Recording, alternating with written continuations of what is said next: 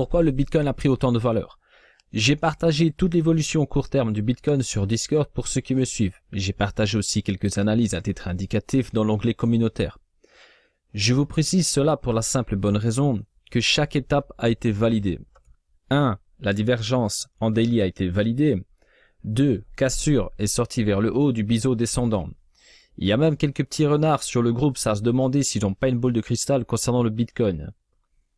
Je vais pas citer de nom, mais franchement, dans le groupe, il y en a vraiment des très très forts, avec des analyses d'une précision chirurgicale. C'est super, c'est pas des youtubeurs, ils sont là pour partager, c'est gratuit, c'est impeccable. Tout le monde en profite, donc n'hésitez pas, hein, le groupe est toujours open pour l'instant. Alors maintenant, je passe brièvement en weekly sur Bitstamp. Vous voyez cette bougie verte ici. Si dimanche, le Bitcoin, la clôture, comme vous la voyez là, je vous dis juste que la dernière fois que le Bitcoin a formé une bougie verte de cette taille-là en weekly, c'était il y a plus ou moins 1 an, ici en décembre, pendant la grosse poussée du Bitcoin. Bon, on va pas se mettre à rêver, on n'est pas encore dimanche, mais si on clôture dans ces niveaux-là, le graphique sera marqué à l'encre. Maintenant, je passe à la journée. Franchement, vu la tendance baissière, la plupart des investisseurs s'attendaient à avoir un support acheteur sous les 3000 $, avec une belle grosse mèche pour chasser tous les stops. Mais le cours est reparti plus ou moins ici, à la clôture en daily, donc sur le support de 3200 $, et non en dessous. Je précise actuellement, car voilà, on a un beau rebond, mais on est toujours sur une tendance baissière. Alors, maintenant, pour les investisseurs qui étaient en dollars pendant la hausse du Bitcoin, forcément, ils ont perdu contre le Bitcoin, mais rassurez-vous, nous sommes toujours en tendance baissière. Comme vous le voyez ici sur ce graphique en daily, on n'a toujours pas franchi ne fût-ce qu'un étage. On a bien sûr franchi des résistances très importantes sur du court terme, mais sur du moyen ou long terme, on est toujours très très bas par rapport à l'objectif. Soyons opportunistes. Toute la volatilité que le Bitcoin va nous donner, ça va nous permettre tout simplement de charger nos bagues au max pour la prochaine tendance haussière. Si on ne casse pas la résistance de 4500 $ et qu'on reste dans ce canal, ok, on va y aller étape par étape. On attendra le Bitcoin plus bas. Si on casse la résistance de 4500 $, on pourrait éventuellement tester une résistance plus haut. Et même chose après pour les 5800 $. On va y aller tout doucement, en tout cas sur du moyen terme, on prend moins de risques, donc plus vous allez utiliser des unités de temps comme daily ou weekly, moins vous allez prendre de risques. Si vous tradez à partir d'unités de temps comme du H1, H2 ou voire H4, le risque augmente. Donc, ce qu'il faut se dire aujourd'hui, une chose importante, c'est que ce support que vous voyez ici est très important. Peu importe ce qui va se passer, 3200 $, en fonction de la plateforme sur laquelle vous opérez, donc ça peut être 3300 $, ça peut être un peu moins, un peu plus, ça reste pour l'instant le support le plus important du Bitcoin. Pourquoi? On a eu celui-ci, on a eu un petit support acheteur ici, il a été cassé. Même chose ici, on en a eu des micros ici, tout a été cassé. Mais celui-ci, non seulement il n'a pas été cassé directement, et on a eu un rebond très important.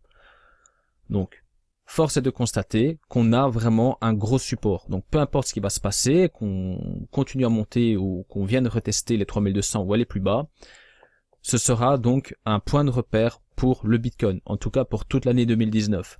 Donc si on revient tester les 3200 $, forcément ce n'est plus un petit support à la con, on aura un signal acheteur. Donc ce serait vraiment une opportunité. Après, ça ne nous garantit pas qu'on aura un rebond une deuxième fois sur ce support, parce que oui, le marché il est risqué, on peut pas être sûr à chaque fois à 100% de ce qui va se passer, mais en attendant, on a un support qui s'est formé, qui est très important, et celui-ci, il faudra le garder à l'œil, je pense, du moins les 2 premiers trimestres de l'année 2019, si on reste dans cette zone-ci. Voilà, sous les 5800 $. Sachant que la clôture en daily s'arrête pile poil ici au-dessus de la mèche à rapport donc au 14 septembre 2017 quand les ICO étant interdits du côté de l'Asie. Donc c'est assez propre franchement au niveau du graphe, même sur Bitfinex. Donc maintenant, si on retourne vers les 3200 $, il faut être opportuniste. Ça va nous permettre encore une fois de plus d'augmenter nos bagues. J'imagine qu'en plus cette poussée elle a fait peur à beaucoup de retardataires. Mais je tiens à vous dire qu'à l'heure actuelle, nous n'avons pas encore de confirmation d'un retournement de tendance.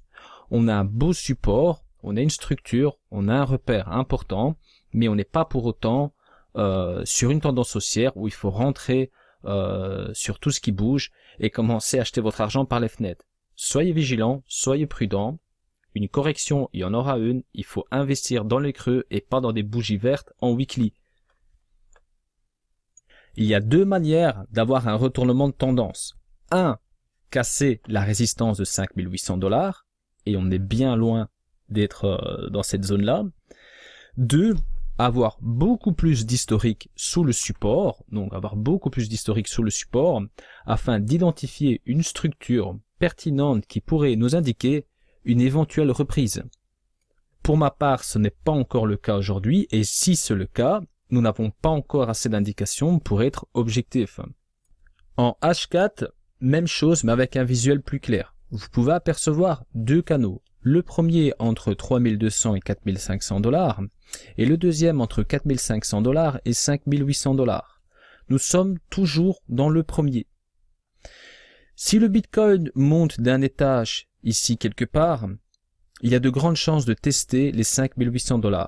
Comme je l'ai dit plusieurs fois dans mes vidéos précédentes, 5800 $ est la résistance majeure. Celle-ci sera travaillée plusieurs fois avant d'être cassée à la hausse. Les vendeurs vont bien sûr en profiter plusieurs fois pour montrer leur force une dernière fois avant une éventuelle tendance haussière.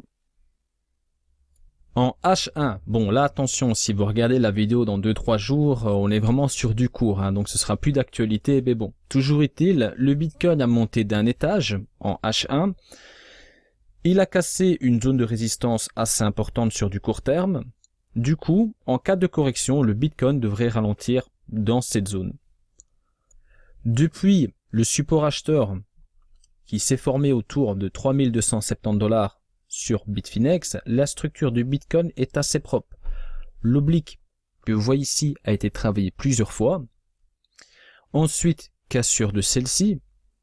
Rebond technique sur la zone de support et grosse bougie verte ensuite. Toujours en H1, alors celui-ci, je l'ai bien travaillé, ce petit canal, j'ai encore discuté de ce canal hier soir avec des membres du groupe.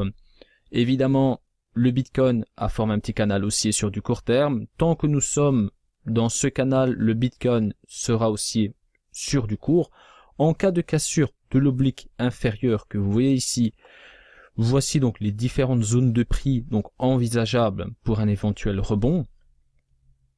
Au niveau du RSI, ce que j'ai remarqué, c'est qu'à partir du support acheteur, on a toujours eu un RSI au-dessus de 44. Donc depuis la hausse de Bitcoin, donc on n'est pas descendu en dessous, on a toujours eu un petit rebond dessus. Donc à voir, si on passe en dessous, on pourrait bien sûr avoir un signal vendeur en plus de l'oblique et du RSI.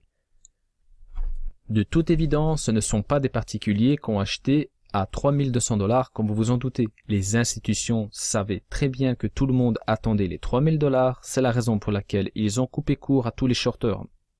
Ils l'ont fait à plusieurs reprises, car à chaque fois que le Bitcoin a pris 5 $, la plupart des particuliers se sont mis à vendre, vu qu'on est toujours dans une tendance baissière. La cassure du biseau descendant et la divergence en délit a permis à une bonne poignée d'investisseurs de profiter de la hausse, mais sachant que nous sommes sur une forte tendance baissière, il était quand même peu probable que cette divergence fasse monter le Bitcoin de plus de 1000 $ en quelques jours. Nous sommes là pour faire de l'argent sur ce marché, mais prenez conscience que le marché est clairement manipulé.